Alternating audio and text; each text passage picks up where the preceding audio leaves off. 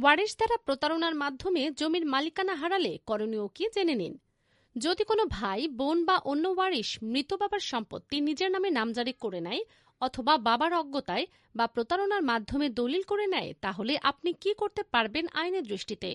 আইনি ব্যাখ্যা: যদি বাবার মৃত্যুর পর নামজারি হয়, ওয়ারিশরা জীবিত, এই ক্ষেত্রে সম্পত্তির সব ওয়ারিশের নামে সমান হারে নামজারি হওয়া উচিত। মুসলিম উত্তরাধিকার আইন, শরিয়া ল আন্ডার মুসলিম পার্সোনাল ল, ভূমি ম্যানুয়াল ও মিউটেশন রুলস। এক বা একাধিক ওয়ারিশ যদি অন্যদের বাদ দিয়ে নিজের নামে সম্পত্তি মিউটেশন করে নেয়, সেটা জালিয়াতি বা প্রতারণার মাধ্যমে অধিকার আত্মসাৎ বা ফ্রডুলেন্ট ট্রান্সফার হিসেবে গণ্য হবে। নাম্বার 2, যদি বাবাকে ঠকিয়ে জীবনদশায় দলিল করিয়ে নেয়, এক্ষেত্রে বিষয়টি হয় প্রতারণা, section 415 of penal code, undue influence, প্রভাব খাটিয়ে দলিল, অথবা ফলস রিপ্রেজেন্টেশন।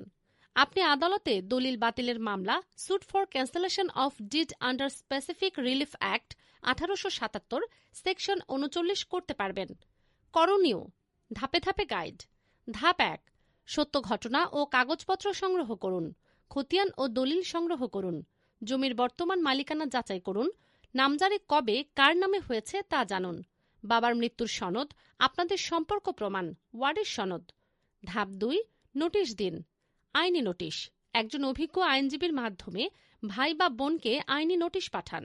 ধাপ 3, মামলা করুন। যদি সমাধান না হয়, যদি দলিল হয় বাবাকে ঠকিয়ে, মামলা, দলিল বাতিল ও প্রতারণার অভিযোগে specific relief plus penal code. আদালত প্রমাণ চাইবে বাবা কি জানতেন, দলিল কিভাবে হয়েছিল। যদি নামজারি হয় অন্যদের বাদ দিয়ে, মামলা, মিউটেশন বাতিল ও ওয়ারিশের নামে পুনঃ নামজারি। মামলা হবে এসিল্যান্ড অফিসে আপিল, না হলে সিভিল কোর্টে ডিক্লারেশন। জমিজমা বিষয়ক এরকম তথ্য পেতে আমাদের ফলো করুন, শেয়ার করে অন্যদেরকেও জানার সুযোগ করে দিন। প্রয়োজনে প্রোফাইলে দেওয়া নাম্বারে যোগাযোগ করুন।